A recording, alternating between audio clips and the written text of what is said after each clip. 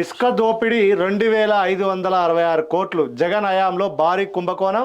వైకాపా పెద్దల దోపిడీకి వెన్నుదన్నుగా గనుల శాఖ పూర్వ డైరెక్టర్ విజి వెంకటరెడ్డి. జీపీవీఎల్, జేసీకేసీ, ప్రతిమా సంస్థలతో పాటు మరికొందరు వ్యక్తులకు అనుచిత లబ్ధి. ఏసీబీ ప్రాథమిక విచారణలో గుర్తింపు ఆధారాలు లభ్యం. వెంకటరెడ్డితో పాటు గుత్తేదారు సంస్థలపై కేసు నమోదు. నిందితుల నివాసాలు, కార్యాలయాల్లో సోదాలు అని చెప్పేసి ఇసుక స్కామ్ గురించి పెద్ద ఎత్తున రాశారు. అవును. ఫిర్యాదుకు ముందే విమాన టికెట్ బుకింగ్.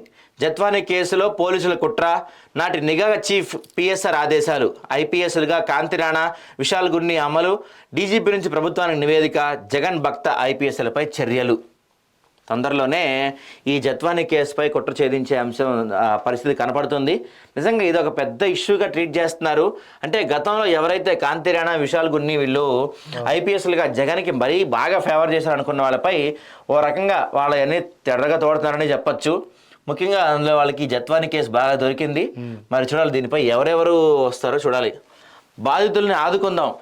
వరదలతో నష్టపోయిన ప్రజలు, రైతులను తిరిగి నిలబెడదాం. దీన్ని సాధారణ విపత్తులా చూడొద్దు. కేంద్రం ఉదారంగా సాయం చేసేలా చూడండి. కేంద్ర బృందంతో ముఖ్యమంత్రి చంద్రబాబు నాయుడు. కేంద్ర బృందం నిన్న ఆంధ్ర వచ్చింది. అక్కడ వరద ప్రభావిత ప్రాంతాలు మొత్తం పరిశీలించారు. దాదాపు నష్టపరిహారం కోరుకుంటున్నారు వీళ్ళు. అది దాని గురించి డిస్కషన్ జరుగుతుంది. ఇక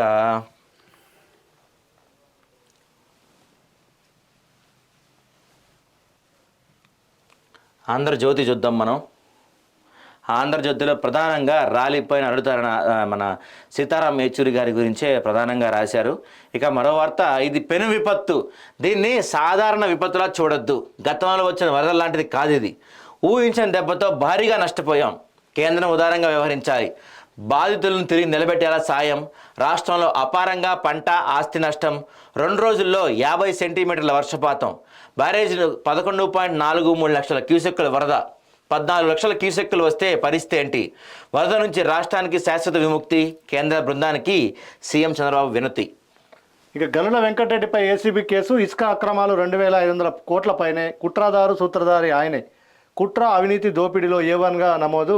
త్వరలో అరెస్టు. మరో 3 పైన కేసు అంటూ మరొక వార్త చూస్తున్నాం. స్టేట్ బోర్డులోనే పరీక్షలు. 1000 CBSE పాఠశాలలపై ప్రభుత్వం నిర్ణయం. 78,000 మంది విద్యార్థులకు ఉపశమనం. పరీక్షల విధానం ప్రక్షాళన. వచ్చే ఏడాది నుంచి దశల వారీగా మార్పులు. ఇక మన వార్త, తొలగని ఏలేరు ముంపు. ప్రాజెక్టులో తగ్గినట్టే తగ్గి పెరుగుతున్న ప్రవాహం. 8 మండలాల్లో 64 గ్రామాలు అతలాకుతలం. నీటిలోనే నానుతున్న ఊళ్ళు, పొలాలు. కోళ్ల ఫారాల్లో వేలాది కోళ్లు మృత్యువాత. 206 గ్రామాల్లోని 75,000 ఎకరాల్లో పంటలు మునక. పంట నష్టం 180 కోట్లుగా అంచనా. ఈ జిల్లా అధ్యక్ష పదవి నాకొద్దు, పార్టీకి పనిచేయలేను. జగన్కు తేల్చి చెప్పిన బాలినేని. జనసేన వైపు చూపు అంటూ మరొక వార్త. ఇది ప్రధానంగా చూస్తే కష్టంగా అండర్ వాటర్ ఆపరేషన్. బోట్ల తయారీలో మందపాటి రేకు వాడకం.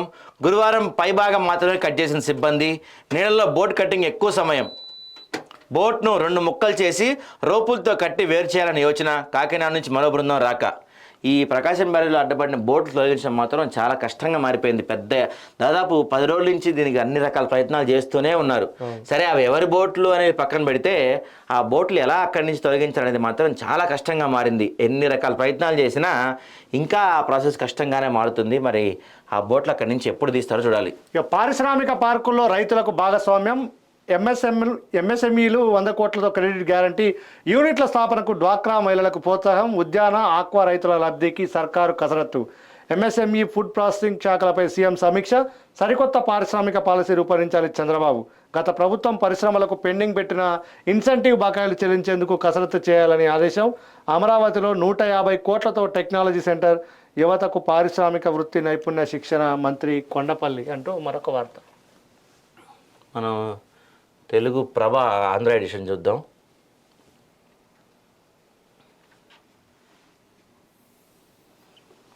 క్రెడిట్ గ్యారంటీ 100 కోట్లు. రైతుల భాగస్వామ్యంతో ఎంఎస్ఎంఈ పార్కులు, సూక్ష్మ, చిన్న, మధ్య తరహా పరిశ్రమలకు ప్రోత్సాహం. వ్యవసాయ ఉత్పత్తులకు ఆహార శుద్ధి ద్వారా విలువ పెంపు. ఎంఎస్ఎంఈ, ఫుడ్ ప్రాసెసింగ్ శాఖలపై సీఎం చంద్రబాబు సమీక్ష. ఇది కదా మనం మాట్లాడుకున్నాం బోట్ల వెలికిత గురించి. ఇక నుంచి నా నివాసమే క్యాంపు కార్యాలయం. సీఎం చంద్రబాబుకు డిప్యూటీ సీఎం పవన్ లేఖ. రాష్ట్ర ఉప ముఖ్యమంత్రి ఇక నుంచి ఆయన విజయవాడలో కేటాయించిన భవనాన్ని ఫర్నిచర్ సహా వెనక్కి తీసుకోవాలని ఆ లేఖలో విజ్ఞప్తి చేశారు. విజయవాడలో విశాల భవనాన్ని ఇరిగేషన్ క్యాంప్ కార్యాలయంగా కేటాయించినందుకు కృతజ్ఞతలు చెప్పారు.